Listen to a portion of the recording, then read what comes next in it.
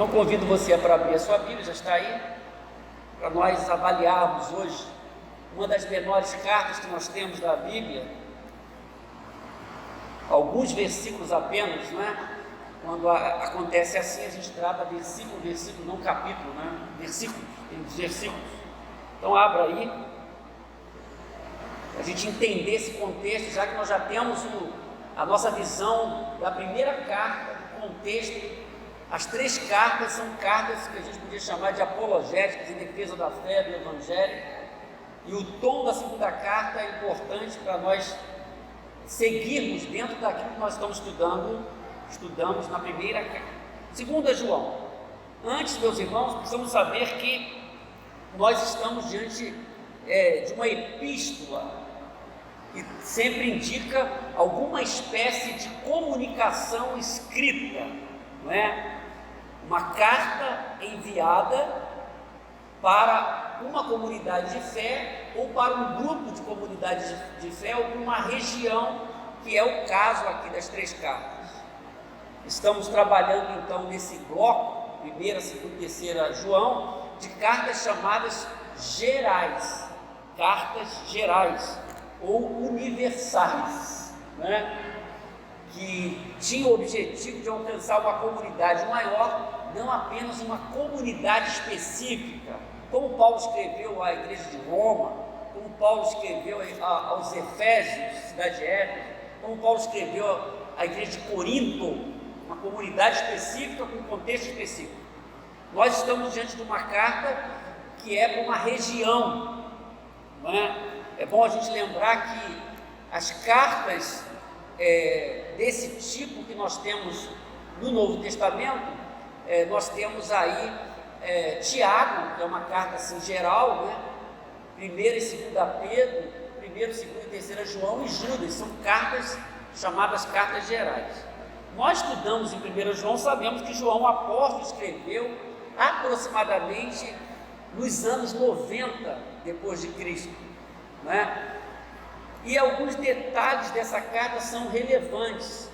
Primeiro, nós temos a mensagem principal dessa segunda carta, qual era? Que a verdade deveria ser aceita e obedecida a todo custo. A verdade é importante, tanto na primeira carta como na segunda, não é? Então, há aí esse detalhe do termo verdade e também do termo amor, que nós vamos ver hoje. Alguns detalhes então. A primeira pergunta que se faz nessa carta, meus irmãos, é se a carta é dirigida a uma igreja local, ou uma comunidade de uma região, ou para uma pessoa, porque ela abre falando do presbítero, o ancião, a senhora eleita. Ao longo do tempo, os estudiosos têm tratado essa questão: uma pessoa ou uma comunidade de fé? A gente vai vendo esses detalhes ao longo da abordagem. Então você tem primeiro essa ideia da possibilidade de que essa carta fosse endereçada a uma pessoa, a uma irmã, e também nós temos a segunda possibilidade, que a maioria dos estudiosos entendem que se refere a uma igreja local, usando esse termo até como um disfarce diante das perseguições que tinham ali. Talvez a expressão senhora eleita seria justamente para despistar os opositores da igreja naquele tempo. Outra expressão que nós vemos nessa carta, que nós vemos em 1 João também, é o termo anticristo, no verso 7. Nós já estudamos muito esse termo, ele aparece nessa descrição que está aí, 1 João 2, 18, 22, 4 e 3, a mesma coisa. No 7 ele diz: de fato, muitos enganadores têm saído pelo mundo, os quais não confessam que Jesus Cristo veio em corpo. Tal é o enganador e o anticristo. Nós já estudamos em 1 João que aquele grupo de falsos mestres, chamados de pregnósticos, que foi um grupo que nasceu no primeiro século e terminou o seu desenvolvimento no segundo século, eles não acreditavam na divindade de Jesus. Eles não acreditavam naquilo que João diz: o verbo se fez carne e habitou entre nós, tabernaculou entre nós. Então o verso 7 toca nesse assunto do termo anticristo. João diz que, como o anticristo escatológico está para vir, é uma figura do fim, nós temos já alguns anticristos nesse tempo, colocando essa expressão naquele momento para os falsos mestres, né? Nós já vimos isso na primeira epístola. Qual o propósito principal da epístola? É de encorajamento, encorajar aqueles irmãos à perseverança na verdade, preveni-los a respeito de hospedagens a falsos mestres. Por quê, meus irmãos? Nesse tempo, nós tínhamos, como temos hoje, os missionários itinerantes. E nesse tempo você não tem templo. Novo Testamento, Nova Aliança, o templo somos nós, não é? Nós temos a comunidade de fé que se reúne em casas. E João está preocupado que aquela comunidade de fé estivesse recebendo falsos missionários que, adentrando nas reuniões, viesse a comprometer o ensino que ele tanto estava lutando, como nós já vimos em 1 João. Então, o propósito desse encorajamento na perseverança e na verdade. E o destino que nós já vimos das 3 epístolas parece ser realmente a comunidade da Ásia Menor, que hoje é a Turquia. Quando nós estudamos o livro de Apocalipse, vimos das 7 igrejas, Éfeso, Esmirna, Tiatira, são cidades, Laodiceia, não é? Além dessa, nós tínhamos ainda Hierápolis, Laodiceia, a Colossos. Então essa região é uma região grande, e a gente então entende que essa região está sendo comprometida com o falso ensino, que João se esforça tanto. Fez isso na primeira carta e aqui na segunda carta. É bom a gente lembrar também que o Novo Testamento nós temos cerca de 8 livros que foram escritos para combater esse falso ensino que nós estamos vendo aqui nas epístolas de João, mas que vimos também em Colossenses, em Judas, nas 3 epístolas pastorais, 1 e 2 Timóteo, Tito. Então você tem um material vasto, conteúdo do Novo Testamento, combatendo essa heresia que parece que cresceu bastante. E como nós vemos nos estudos extra-bíblicos, que realmente cresceu bastante no segundo século, o que foi chamado depois de gnosticismo, tá joia? Então é isso que a gente precisa saber para começar a nossa conversa hoje. A gente vai para o texto agora. Verso 1 diz assim: o presbítero, a senhora eleita e aos seus filhos. Olha só, aí nós advogamos a ideia de uma comunidade de fé. Vamos ver por quê. O presbítero, a senhora eleita e aos seus filhos, a quem amo na verdade, e não apenas eu os amo, note bem, mas também todos que conhecem a verdade. Eu coloquei em 3 traduções para esse primeiro termo: o ancião, a senhora eleita, ou o presbítero, a senhora eleita, ou eu, o presbítero, escrevo a senhora escolhida e seus filhos. Então esse termo ancião, meus irmãos, que aparece não só aqui em outros lugares, ele é um termo que se refere a um bispo, a um supervisor, que num primeiro momento indicava simplesmente um pastor. Nesse caso, o ancião era um representante especial daquela tradição apostólica. Porque no Novo Testamento você tem os apóstolos que orientavam a igreja, no caso orientaram a igreja, e depois tem o estabelecimento desses bispos ou pastores. Ao contrário do que acontece hoje, no Novo Testamento, você tem a tradição apostólica para pastores. E parece hoje tem os pastores para alguma coisa além de apóstolos. Mas não vemos isso no Novo Testamento quando a gente estuda. Então esses anciãos, eles passaram a receber o título de bispos, que seria igual a supervisores, exercia autoridade sobre certas áreas e não se limitava a uma única congregação, por isso bispos supervisores. Pessoas com maturidade espiritual, não necessariamente um idoso, que é um ancião, não necessariamente um idoso. Pedro, quando escreve sua carta no capítulo 5, ele fala isso, sobre os bispos, ele se coloca como um bispo, né? A pergunta que a gente sempre faz hoje é por que há muita confusão hoje em relação aos termos bispo, pastor, apóstolo. Às vezes as pessoas não têm a leitura adequada da Bíblia, né? E aí, por questão de poder ou de vaidade, elas vão enxertando na igreja de hoje termos que não fazem a diferença por posição ou por desconhecimento bíblico, né? Mas nós temos no verso 1, então, esse termo, o presbítero, o ancião, o bispo, né? A senhora eleita. Quem é esse ancião e presbítero? João. Presbítero. Ele escreve a senhora eleita, que parece indicar uma comunidade de fé, não é? Está usando um termo metafórico aqui, e a maioria dos estudiosos hoje, dos teólogos, entendem que João está escrevendo para uma comunidade local, porque os termos que ele usa não envolveriam uma pessoa, mas uma igreja.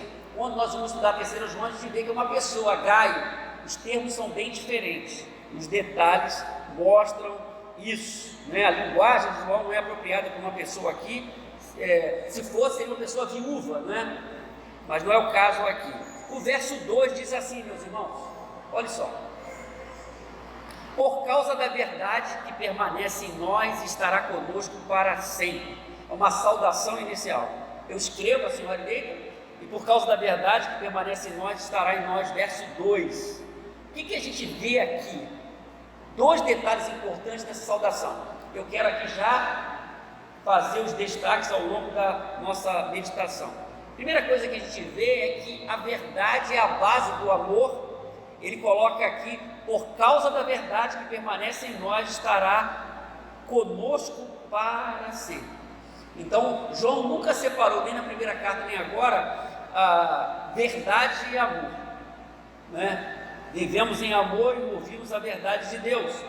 O John Stott diz, analisando esse texto, ele diz: não nos amamos, note bem, uns aos outros porque somos temperamentalmente compatíveis, ou porque nos sentimos naturalmente atraídos uns aos outros, mas sim por causa da verdade que compartilhamos. O milagre da comunhão não é porque a gente gosta das mesmas coisas, gosta das mesmas cores, viemos da mesma família, nascemos nos mesmos lugares, no estado, mas porque conhecemos a Jesus, conhecemos a verdade. A verdade nos une e nos traz esse amor, né? Possibilita a comunhão, não porque somos compatíveis assim em tudo, gostamos das mesmas coisas. Esse é o milagre do amor de Deus em nós e da verdade que está em nós. Segundo, a verdade não pode ser comprometida, porque dela depende o amor verdadeiro. Isso a gente aprende aqui. Nós estudamos em João 14, 21, né? Aquele que tem os meus mandamentos e os guarda, esse é o que me ama, e aquele que me ama será amado por meu Pai, e eu o amarei e manifestarei a ele. Então, amor e obediência, amor e a verdade. Nós obedecemos por causa da verdade. E 3, a igreja autêntica, por causa disso. Na igreja autêntica, a verdade sempre deve prevalecer. Aquele contexto era de ameaça ao evangelho, como hoje nós temos. Um dos maiores desafios nossos, o nosso desafio hoje é a heresia, que nasce às vezes dentro da própria igreja, não de fora. Que também foi o caso aqui. Então, numa igreja autêntica, nós devemos focar sempre na verdade. Essa verdade deve prevalecer e estar em vigência na igreja. O verso 3 diz, olha só: a graça e a misericórdia, vamos ver comigo? A graça, a misericórdia e a paz da parte de Deus Pai e de Jesus Cristo, seu Filho, estarão conosco em verdade e amor. Então ele une essas duas coisas, verdade e amor. Como separa amor de verdade, todos os níveis de relacionamento tem que ter verdade e amor. Se você ama, tem que ter verdade, tem que ter verdade, você ama. Então você não pode separar essas duas coisas. E também devemos lembrar que aquele grupo herético não reconhecia Jesus e negava a encarnação de Jesus, que contrariava João 1,14. Então ele está falando aqui a graça de Deus e de Jesus Cristo, né, seu Filho, estarão conosco. Então ele está reforçando a visão que ele tinha cristocêntrica, isso é importante. Verso 4 é interessante, meus irmãos, que ele começa destacando a sua própria alegria. a alegria que ele estava contemplando numa realidade de fidelidade. Olha só, verso 4: ao encontrar alguns dos seus filhos, muito me alegrei. Por que ele houve alegria? Pois eles estão andando na verdade, conforme o mandamento que recebemos do Pai. Olha só que coisa bonita. João está alegre, ele se alegrou, muito me alegrei. Por quê? De contemplar os filhos andando na verdade, conforme o mandamento que recebemos. Quando nós vemos pessoas andando na fidelidade, andando na palavra, vencendo a tribulação, vencendo a luta, nesse tempo, nós louvamos a Deus e, como líderes, nós nos alegramos. Como o inverso também é verdade, nos entristecemos quando as pessoas deixam a palavra de Deus, deixam de ser fiéis a Deus, comprometem a sua vida espiritual por causa de alguma luta, como no caso agora, de alguma maneira. Mas João diz: eu muito me alegrei, de ver os filhos andando na verdade, conforme o mandamento do Pai. A gente não pode se alegrar na tristeza ou na desgraça dos outros, isso não. A gente aprende na Bíblia, inclusive, para se alegrar com os que se alegram e chorar com os que choram. João aqui está se alegrando em ver a fidelidade. Isso é muito bom. Muito me alegrei. É um regozijo. Isso é importante para a gente destacar aqui, que alguns estavam andando na verdade, estavam trazendo alegria para ele. E ele destaca no final do 4 que o andar na verdade é o mandamento do Pai, conforme o mandamento que recebemos do Pai. Então, nós temos uma referência. Quando você estuda 1 João, é importante que você tenha o contexto das 3 cartas. Como nós já estudamos 1 João, eu trouxe um texto que vai de encontro ao verso 4 aqui de 2 João, que é 1 João 2, 5 e 6. Ele diz assim lá, olha só: se alguém obedece a sua palavra, nele verdadeiramente o amor de Deus está aperfeiçoado. Percebeu? Se alguém obedece a sua palavra, nele verdadeiramente o amor de Deus está aperfeiçoado. A ideia de levar ao fim, de aperfeiçoar, de completar. Dessa forma, sabemos que estamos nele. Aquele que afirma que permanece nele deve andar como ele andou. Então esse texto nos ajuda a compreender o verso 4, que nós andar na verdade como é mandamento do Pai, João já tinha falado, chegado a essa conclusão na sua primeira carta. O texto prossegue, verso 5. Olha só: eu agora lhe peço, Senhora, não como se estivesse escrevendo um mandamento novo, mas o que já tínhamos desde o princípio, que amemos uns aos outros. Então note bem, verdade e amor aqui.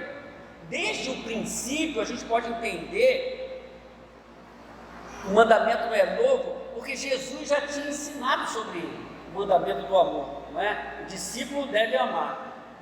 Também nós podíamos incluir aqui a ideia que João estivesse falando que desde o começo do seu próprio ministério apostólico, a exposição do Evangelho apontava para o mandamento do amor.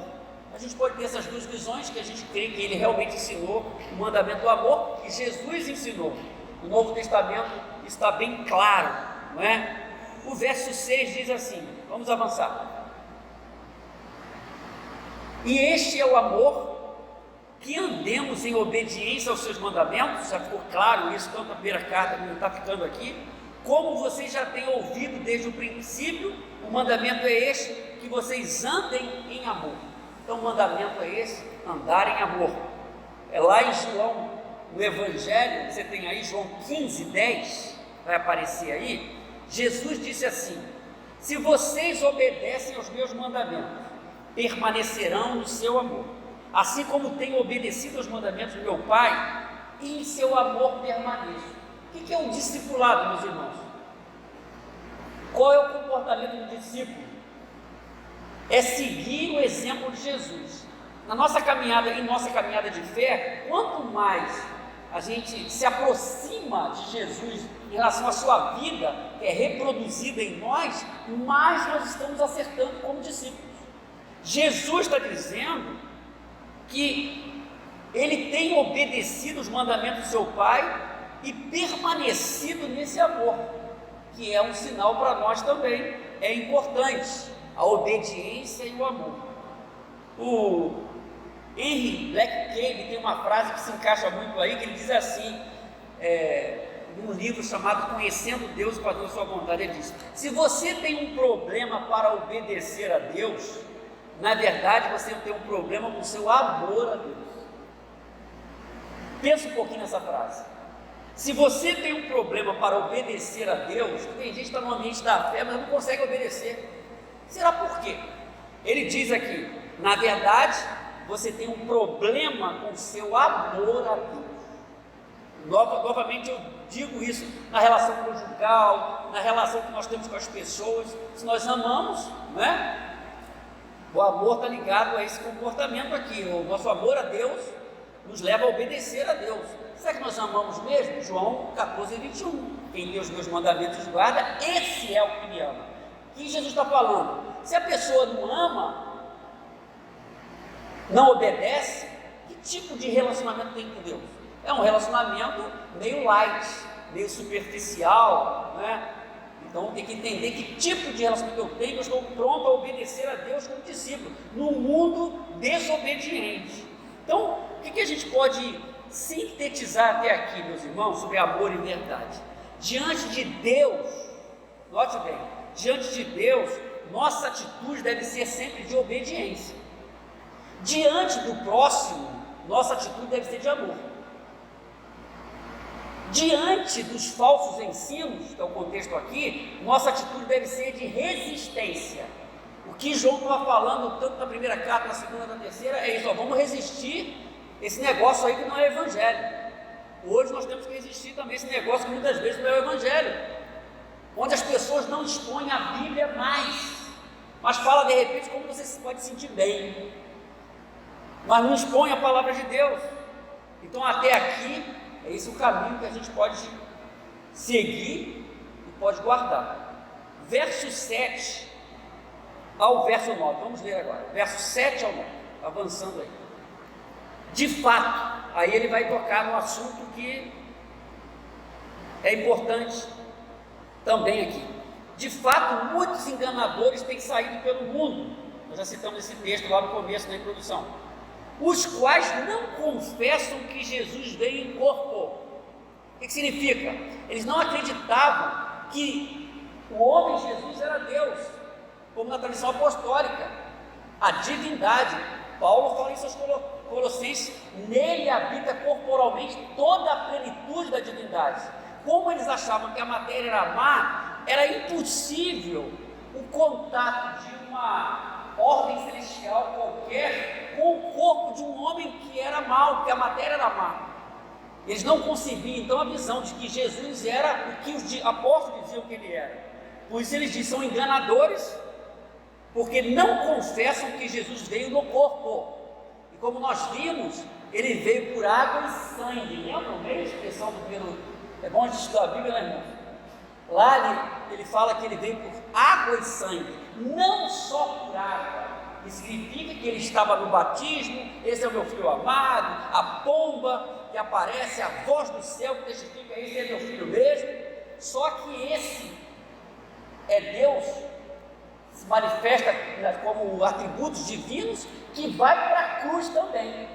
Quando vai para a cruz, ele já fala que não foi para a cruz, porque quem morreu na cruz foi um homem comum.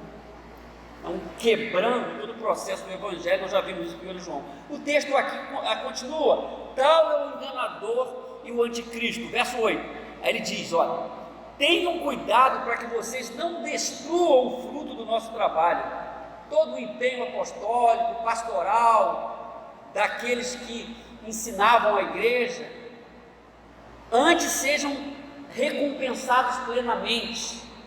Verso 9: todo aquele que não permanece no ensino de Cristo, vai além dele, não tem Deus. Quem permanece no ensino tem o Pai e também o Filho.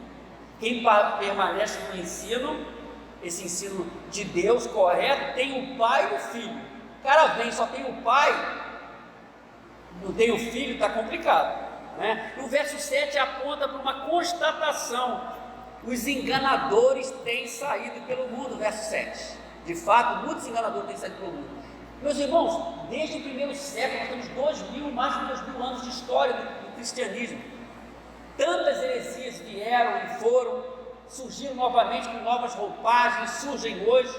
Nós devemos estar atentos também, que muitos enganadores têm saído pelo mundo, espalhando heresias, e que nós devemos rechaçar. É o que nós estamos aprendendo aqui. Muitos enganadores têm saído pelo mundo e a gente tem que ter cuidado. Em Marcos, Jesus já falava sobre isso. Nós estamos aqui no final do primeiro século.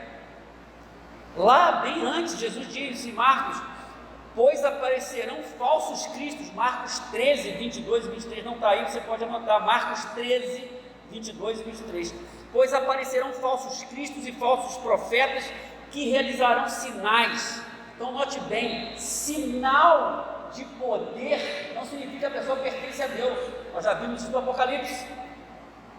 Farão sinais e maravilhas para que, se possível, enganar os eleitos. Por isso, fiquem atentos, avisei-nos de tudo antecipadamente. Marcos 13, 22 e 23. Então nós estamos chegando no final do século, João combatendo heresias, que vai nessa direção da palavra de Jesus, enganadores. Aqui esse termo tem a ideia de uma pessoa que faz outros cometerem atos errados e não apenas terem opiniões erradas. Hoje, às vezes, a gente vê uma pessoa conhecida falando uma heresiazinha aqui, outra ali, comprometendo a palavra de Deus, e nós devemos estar atentos a isso. O que você ouve na internet, nem tudo que se fala, até na igreja evangélica, a gente tem que tomar cuidado e ver se está batendo, né? Aquele comportamento que nós vemos no livro de Atos, dos bereanos, né? Conferindo se é isso mesmo, senão você viaja na maionese e não vê isso aí que está acontecendo, né? 1 João 2,9, nós já vimos essa denúncia que João disse, que ele disse, 1 João 2,9, eu estou voltando à primeira carta, não está aí só como referência, porque João disse lá sobre os enganadores, né? Saíram do nosso meio, porque na realidade nunca foram dos nossos, porque se fossem dos nossos, teriam permanecido conosco. Então nós temos aqui uma heresia de gente que estava na igreja, que saiu da igreja, negando a encarnação de Jesus, o valor da cruz, a divindade de Cristo, o valor da santidade, que é um tema que a gente vai trazer para hoje, né? A questão moral é muito vista, o teste moral é muito visto em 1 João, o teste doutrinário, ético. Então, está alertando. Nós temos uma advertência também no verso 8: tenham cuidado para que vocês não destruam o fruto do nosso trabalho. Quer dizer, tudo que nós já fizemos pode ser perdido.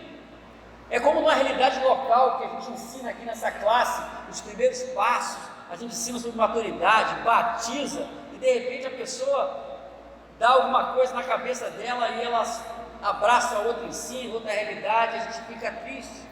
João estava preocupado, todo o investimento apostólico ia ser perdido. Ele diz então, para que vocês não destruam o fruto do nosso trabalho, antes sejam recompensados plenamente. É isso que ele está falando aqui. Eles deviam ter cuidado, porque havia uma ameaça real. O termo a NVT diz, acho que tem aí, tenham cuidado para não perder aquilo que nos esforçamos tanto para conseguir, né? Tudo que a gente fez, e isso vem a sofrer um dano, está aí. Um dano é o que ele estava preocupado. Quer dizer, havia uma ameaça em relação ao caminho percorrido pelos discípulos que podiam andar para trás. É o que a gente se preocupa hoje, no meio da pandemia. Como é que está a sinceridade da pandemia, né? Como é que eu estou desenvolvendo a minha espiritualidade na pandemia? Como é que eu estou fazendo na ausência da igreja? Eu não estou na igreja porque eu estou com medo de pegar a Covid mesmo, ou porque eu estou aproveitando para dar um tempo, né? Então essas questões que a gente tem que pensar, para onde eu estou indo na pandemia? Estou crescendo? Não. Pode manter sua comunhão com Deus. Está mantendo a sua comunhão com Deus, mesmo fora do ambiente da comunidade da fé? Como é que está indo isso? O que você está ouvindo? Essa questão que a gente tem que pensar aqui, não é? E aí, ele termina dizendo: antes sejam recompensados plenamente, quer dizer, a recompensa aqui como uma metáfora, que a ideia de receber o que é devido. Então vamos caminhar, vamos seguir. Verso 9: todo aquele que não permanece no ensino de Cristo, mas vai além dele, não tem Deus. Olha só, quem permanece no ensino tem o Pai e também tem o Filho. Então vai além dele, do ensino, é ultrapassar, desviar, afastar-se, ou vacilar, ou violar, perdão, o ensino de Cristo. O que acontece hoje? Nós temos a Bíblia, a igreja está fundamentada na palavra apostólica do Novo Testamento, né? Paulo, Pedro, Tiago, João, e Jesus, a pedra principal. Então nós estudamos a palavra apostólica da Bíblia, e nela nós devemos nos aprofundar, não ir além, não inventar, como a gente vê hoje as pessoas inventando bastante, mas elas não estudam a palavra de Deus. O texto nós já temos, que a coisa é tão profunda que quanto mais você estuda, mais você percebe que você pode ir além. O John Stott fala sobre isso também. Ele diz assim: olha só, o desenvolvimento do cristão não consiste em progresso além do ensino dado por Cristo, diretamente ou por meio dos apóstolos, como está registrado no Novo Testamento, mas sim consiste numa progressiva compreensão desse ensino. Quando nós estamos estudando a Bíblia, estudamos Apocalipse, já estudamos aqui Gênesis, estamos estudando as 3 cartas, a gente está tentando entender o texto bíblico, compreender esse texto bíblico. Há tanta coisa para compreender que não há como você inventar, a não ser tentar entender o texto bíblico. E a heresia sempre vem nos pontos vazios que eles acham, né? E aí eles tentam preencher esse ponto vazio. Isso foi feito no passado e é feito hoje. Então há essa exortação de João aqui. O texto prossegue, verso 10 e 11. Vamos lá. Se alguém chegar, então ele falou tudo isso aí agora para falar para os irmãos, né? Se alguém chegar a vocês e não trouxer este ensino, não recebam em casa nem o saúdem, pois quem o saúda torna-se participante das suas obras malignas. Não o recebam. Então vamos recuperar o contexto. Uma igreja reunia nas casas, o pessoal se reunia e o líder levantava para falar. A ideia aqui é essa, de mostrar a hospitalidade nesse momento, então nesse período de receber os missionários itinerantes que falariam nessas reuniões, os viajantes que iriam de casa em casa, lugares a lugares, edificando a igreja, orientando a igreja. A ideia de não podia para essas pessoas oferecer hospedagem e dar a oportunidade para falar na reunião. Nós temos um cuidado imenso às pessoas que falam aqui.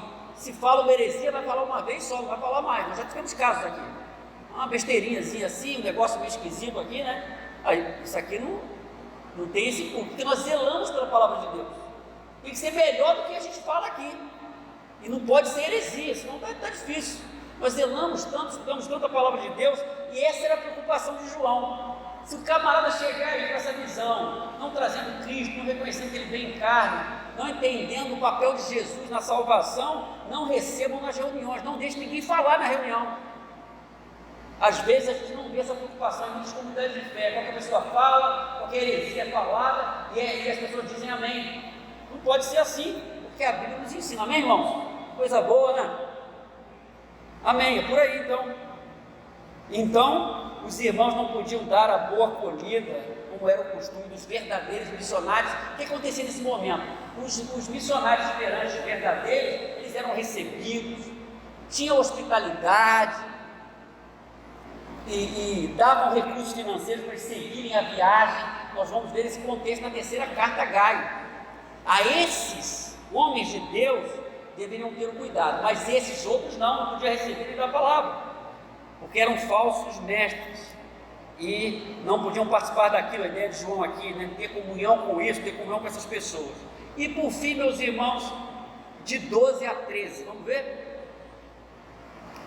Aí ele termina, uma carta pequena, note bem, Tenho muitos que escrever a vocês, mas não é meu propósito fazê-lo com papel e tinta. Em vez disso, espero visitá-los e falar com vocês face a face. A gente brinca hoje no tete a tete, né? Tem gente que está aí 1 ano sem tete a tete, né? João falou assim: olha, eu quero estar com vocês, tem muita coisa para falar com vocês, mas eu quero falar pessoalmente, olho no olho, para que a nossa alegria seja completa. Olha só, os filhos da sua irmã eleita enviam saudações. É que completa a ideia. A senhora eleita e os filhos da irmã eleita, da irmã eleita enviam saudações. Uma igreja, no lugar que ele escreve, está mandando saudação para outra igreja que ele chamou de senhora eleita. Aqui a gente entende esses termos. O que a gente conclui aí, caminhando para o final? João mostra o seu carinho por aqueles irmãos e a expectativa de estar com os irmãos, estar junto com os irmãos, presente ali. Mostra o valor da comunhão e do aprendizado mútuo. Eu escrevi, mas eu tenho outras coisas para falar, mas eu quero falar pessoalmente com vocês. Pessoalmente com vocês. Mas o que a gente percebe em João é a valorização, o desejo de estar junto. Nós estamos aqui, dá vontade de abraçar o irmão e a gente não pode, né? Mas eu tenho que verificar como é que está isso em mim, porque João está falando que tem uma expectativa de estar com os irmãos, está em comunhão com os irmãos, falando coisas que edificam e certamente ouvindo também pelo Novo Testamento essa mutualidade, não é? De aprender a amar uns com os outros, encorajar uns aos outros, saudar uns aos outros. E ele está dizendo então isso aqui: tenho muito que escrever a vocês, mas não é meu propósito fazê-lo com papel e tinta. Em vez disso, quero visitá-los e falar com vocês face a face, para que a nossa alegria seja completa. Os filhos da sua irmã eleita enviam saudações, e ele termina. Deus nos abençoe, nós possamos nessa carta hoje tão magnífica guardar esses ensinamentos e também realizarmos um questionamento, uma avaliação pessoal da nossa caminhada de fé, sobre amor, sobre verdade, sobre comunhão, como nós estamos conduzindo a nossa vida, o que nós estamos ouvindo, se é o evangelho genuíno. Não deixe ninguém minar a sua vida, para que o nosso trabalho não seja desperdiçado. E eu falo as palavras de João, essa era a preocupação dele. Que Deus nos abençoe. Amém.